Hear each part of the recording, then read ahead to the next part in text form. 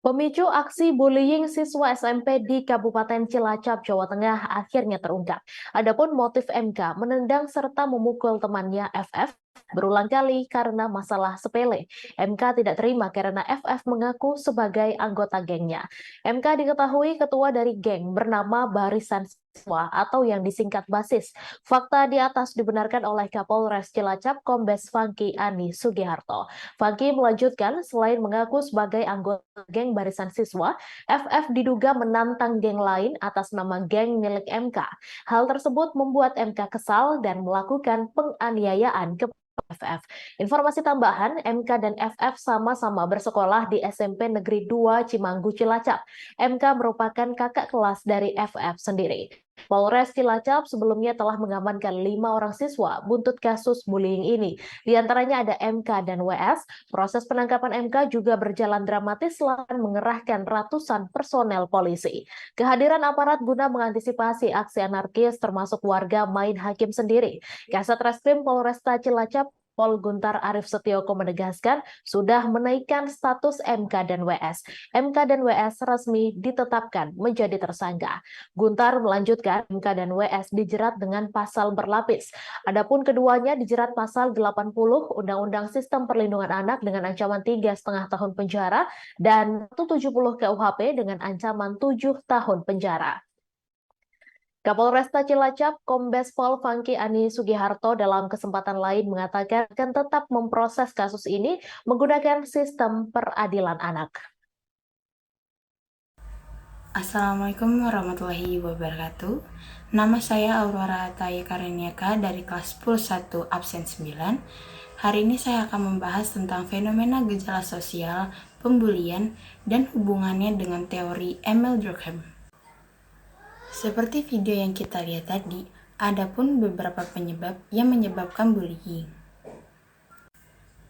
Penyebab bullying bermacam-macam, mulai dari pengaruh pergaulan yang tidak baik hingga kurangnya empati. Yang pertama, adanya kurang edukasi dan empati. Orang yang tidak dididik dengan baik bisa menjadi orang yang kurang berempati, sehingga tidak merasa bersalah ketika melakukan hal yang tidak terpuji termasuk bullying. Yang ketiga, ingin memiliki kekuasaan dan memegang kendali. Orang yang memiliki kekuasaan biasanya cenderung ingin mengontrol dan mengendalikan segala hal. Beberapa orang juga akan memilih untuk berinteraksi dengan orang lain yang menurutnya bisa untuk dikontrol dan memenuhi keinginannya. Pembahasan kali ini tentang kasus bullying remaja dan kaitannya dengan teori Emil Durkheim. Hubungan pembulian dan teori Emil Durkheim ialah pemikiran Emil Durkheim sering dikategorikan dalam paradigma fakta sosial dan solidaritas sosial. Menurut Emil Durkheim, kasus tersebut merupakan kenyataan sosial yang dapat digunakan sebagai cara penelitian dengan menghubungkan kasus tersebut terhadap struktur sosial dan derajat integritas sosial dari suatu kehidupan masyarakat. Menurut Emil Durkheim, kasus tersebut merupakan kenyataan sosial yang dapat digunakan sebagai sarana penelitian dengan menghubungkan kasus tersebut terhadap struktur sosial dan derajat integritas sosial dari suatu kehidupan masyarakat. Emil Durkheim berpendapat bahwa adanya kasus tersebut berarti memang ada fakta sosial yang tidak seimbang dalam masyarakat sehingga membuat orang-orang kehilangan keinginan untuk melanjutkan kehidupannya. Dengan adanya bullying tersebut, ada pun solusi yang harus kita terapkan sebagai siswa-siswi sekolah. Yang pertama, beri contoh cara seperti mendukung, mendamaikan, melaporkan pada orang dewasa untuk membantu korban bullying. Yang kedua, beri perhatian dan interaksi pada anak-anak untuk memberikan kemampuan berani dan tegas. Ketiga, mengajarkan rasa peduli dan etika pada sesama. Yang keempat, bantu sesama untuk mengembangkan kemampuan sosialisasi, percaya diri, dan tegas. 5. Beri pengetahuan dan cara untuk mampu melawan tindakan bullying.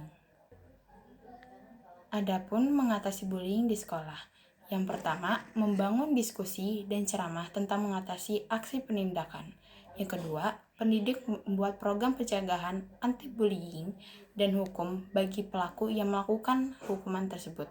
Yang ketiga, memberi bantuan dan dukungan pada korban bullying. Sekian pembahasan fenomena gejala sosial pembulian yang berhubungan dengan teori Emil Durkheim. Terima kasih. Wassalamualaikum warahmatullahi wabarakatuh.